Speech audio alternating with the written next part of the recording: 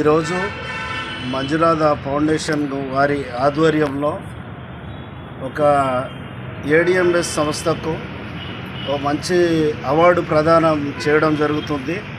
ఎందుకంటే పర్యావరణాన్ని పరిరక్షితం అనే ఉద్దేశంతో ఏదైతే సంస్థ స్థాపించబడిందో దాంట్లో భాగస్తులుగా మరి మా టీం సభ్యులందరము వీడికి రావడము చాలా హ్యాపీగా ఉంది. మరి యొక్క సంస్థ ఎంతోమందికి పర్యావరణాన్ని పరిరక్షించడమే కాకుండా ఎంతోమంది నిరుద్యోగులను చిరుద్యోగులను వాళ్లకు ఎంతో కొంత మా వంతు సపోర్ట్ ఇవ్వాలని ఆర్థికంగా ఈ యొక్క బిజినెస్ ఆపర్చునిటీ కూడా తీసుకొచ్చి ఈరోజు అంచెలంచెలుగా అభివృద్ధి చెందిస్తూ ఈ యొక్క ఇలాంటి సంస్థలు ఇలాంటి కార్యక్రమాలు ఎన్నో చేపట్టాలని చెప్పేసి మా ఏడిఎంఎస్ యాజమాన్యం ముందుకు రావడం జరిగింది.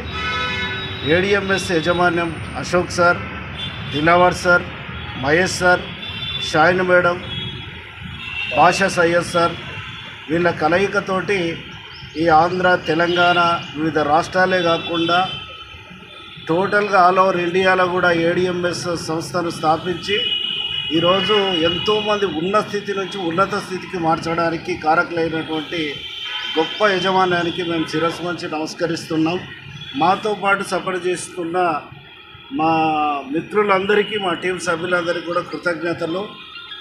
నేను చాలా సందర్భంలో హైదరాబాద్ ఆసిఫ్ నగర్ పోలీస్ స్టేషన్లో ట్రాఫిక్ కానిస్టేబుల్గా విధులు కొనసాగించేవాడిని. రవీంద్ర భారతి చుట్టే తిరిగాను కానీ రవీంద్ర భారతిలోకి రావడం ఫస్ట్ టైం. మరి రవీంద్ర భారతిలో రవీంద్రచారి నా మిత్రుడి అవకాశం ఇవ్వడం వల్ల ఈ ప్రధానోత్సవంలో పాల్గొని ఈ యొక్క నేను గిఫ్ట్ ప్రదానం తీసుకోవడం చాలా హ్యాపీగా ఫీల్ అవుతున్నా. మరి నాతో పాటు కలిసి జర్నీ చేస్తున్న మా మిత్రులు కూడా వాళ్ళ అభిప్రాయాన్ని చెప్తారు.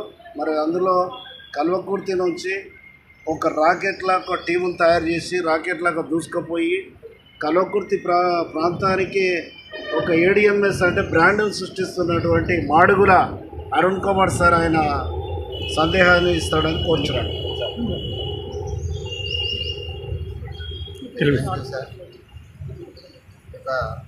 కార్యక్రమానికి మంజునాథ ఫౌండేషన్ కార్యక్రమానికి వచ్చినందుకు చాలా సంతోషంగా ఉంది. ఎందుకంటే చాలా రకాలుగా ఎన్నో పరిస్థితులను అడ్డుకున్నటువంటి పరిస్థితులను దాటుకుంటూ వచ్చి ఏడిఎంఎస్ అనే సంస్థకు పరిచయం అయిన తర్వాత ఈ యొక్క ఫౌండేషన్కి రావడం చాలా హ్యాపీగా ఉంది సార్. ఎందుకంటే ఈ గ్లోబల్ ఐకాన్ అనేది అవార్డ్స్ విషయంలో చాలా సంతోషిస్తూ ఉన్నాం. ఇటువంటి అవార్డ్స్ ఉంటాయని కూడా వాస్తవంగా మాకు తెలియదు, కానీ నిజంగా ఈ పరిస్థితికి రావడం